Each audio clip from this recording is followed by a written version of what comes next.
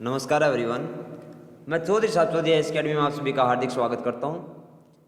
जैसे कि हमने चैप्टर 7 का चैप्टर एनालिसिस कर चुके हैं ऑलरेडी। अभी हम करने चाह रहे हैं उसके एक्सरसाइज के क्वेश्चन। अगर आपने चैप्टर एनालिसिस का वीडियो नहीं देखा है तो जाकर देख लें प्लेलिस्ट में। तो चलिए स्टार्ट करते हैं।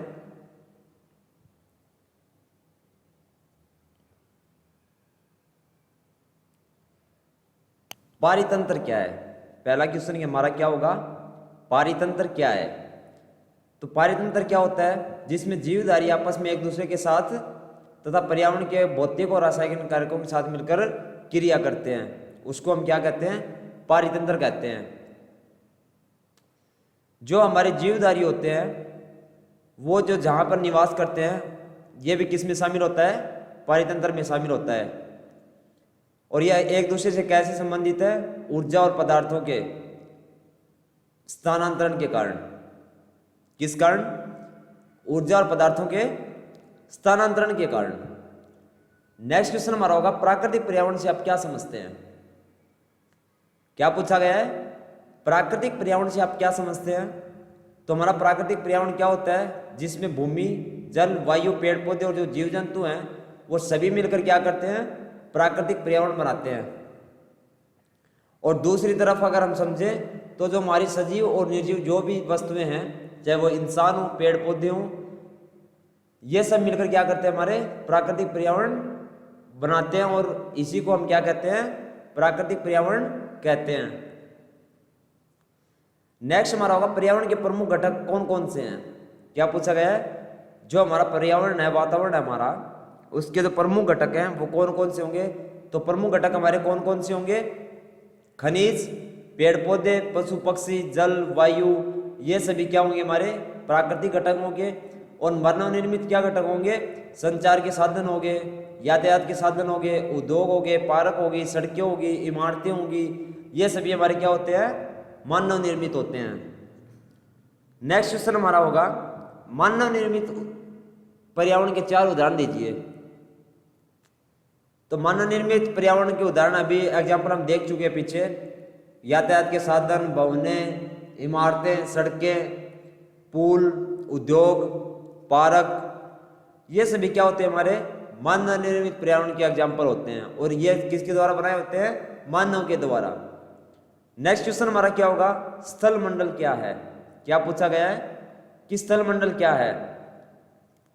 तो हमारी जो पृथ्वी है वो ठोस और कठोर जो ऊपरी परत होती है हमारी पृथ्वी की, उसको हम क्या कहते हैं? स्थल मंडल कहते हैं। क्योंकि हमारी पृथ्वी की जो सतह वो कैसी है? कठोर है।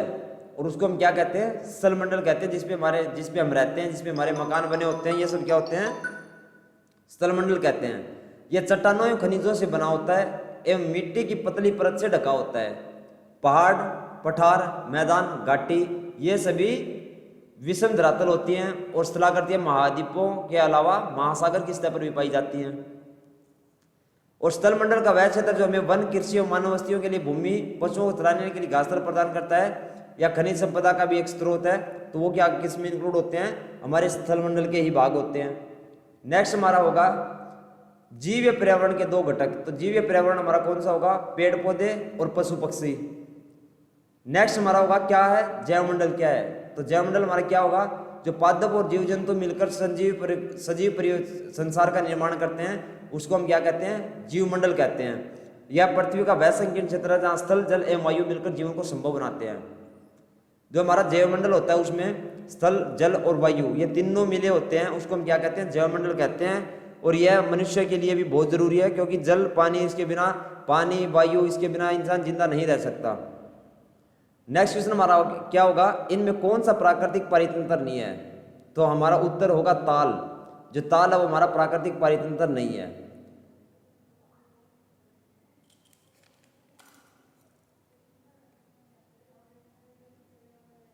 नेक्स्ट क्वेश्चन हमारा होगा, इनमें से कौन सा मानवीय पर्यावरण के घटक नहीं है?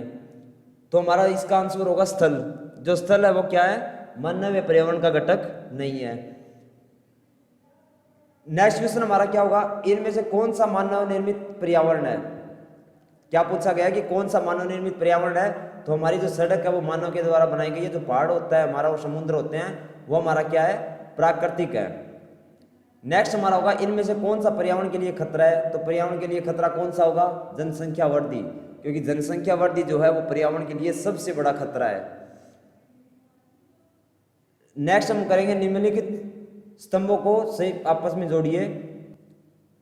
तो इसमें हम देखेंगे सबसे पहला हमारा क्या दिया गया है, जैवमंडल। तो जैवमंडल क्या होता है, जैवमंडल हमारा वह संकीर्ण क्षेत्र होता है जहां पे स्थल, जल एवं वायु आपस में मिलकर क्रिया करते हैं। उसके बाद में सेकंड हमारा होगा वायुमंडल। तो वायुमंडल हमारा क्या होता है, पृथ्वी को घेरने वाली जो वायु की चादर होती है हम उसको क्या कहते हैं, वायुमंडल कहते हैं। हमारी चारों ओर फैली हवा को हम क्या कहेंगे, वायुमंडल कहेंगे। थर्ड हमारा होगा जलमंडल। क्या होता है, तो जलमंडल क्या होता है हमारा, जलमंडल हमारा होता है जो जलीय क्षेत्र होते हैं जैसे समुद्र, महासागर, ये सब क्या होते हैं हमारे जलमंडल के हिस्से होते हैं। तो इसको क्या हम क्या कहते हैं, जलमंडल कहते हैं। फिर नेक्स्ट हमारा होगा पर्यावरण। तो पर्यावरण में हमारा क्या होता है, जो हमारे आसपास का क्षेत्र है जिसमें लोग रहते हैं, भवनें, सड़कें ये सब बनी हुई हैं, स्कूल कॉलेजेस ये बने हुए हैं, उसको हम क्या कहते हैं, पर्यावरण कहते हैं। नेक्स्ट हमारा होगा मानव अपने पर्यावरण में परिवर्तन करता है। तो यहाँ पे हम क्या देखेंगे कि इंसान जो है वो पर्यावरण में परिवर्तन कैसे करता है। तो जैसे मानव अपने पर्यावरण के साथ जो है क्रिया करता रहता है और वो अपनी आवश्यकता के अनुसार क्या करता है, इन्वायरमेंट में चेंजेस करता रहता है। वह अपनी आवश्यकताओं के लिए फसल भी उगाता है, पशुओं को भी पालता है, वस्तुओं का भी निर्माण करता है, उद्योग धंधे भी स्थापित करता है, यातायात के लिए साधनों का भी निर्माण करता है, नदियों पर बांध बनाकर बाढ़ पर नियंत्रण करता है, सिंचाई का भी प्रबंध करता है। ये सभी मनुष्य को पर्यावरण से प्राप्त नहीं होता है, क्योंकि ये इंसान को खुद अपने अनुसार इनमें बदलाव करने पड़ते हैं, अपनी आवश्यकता के अनुसार इनको मानव खुद बनाता है। नेक्स्ट क्वेश्चन हमारा क्या होगा, नेक्स्ट क्वेश्चन होगा पौधे एवं जीव जंतु एक दूसरे पर आश्रित हैं। यहाँ पे क्या कहा गया कि जो पौधे हैं और जो जीव जंतु हैं एक दूसरे पर आश्रित होते हैं, तो इसका कारण क्या है।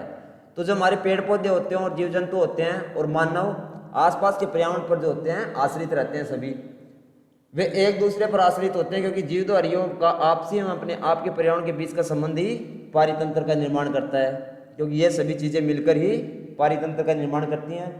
अधिक वर्षा वाले वन, घासस्थल, रेगिस्तान, पर्वत, झील, नदी, महासागर एवं छोटे ताल भी एक पारितंत्र का हिस्सा हो सकते हैं। ये सभी जो हैं हमारे अधिक वर्षा वाले वन हो गए, कोई घासस्थल हो गया, कोई मैदान हो गया, कोई रेगिस्तान हो गया, हमारे जितने पर्वत हैं, जो जिले हैं, जितने महासागर हैं, ये सभी क्या करते हैं, एक पारितंत्र को ही बनाते हैं और एक पारितंत्र का ही एक हिस्सा होते हैं। Thanks for watching. Do not forget click the subscribe button and hit the bell icon for latest update.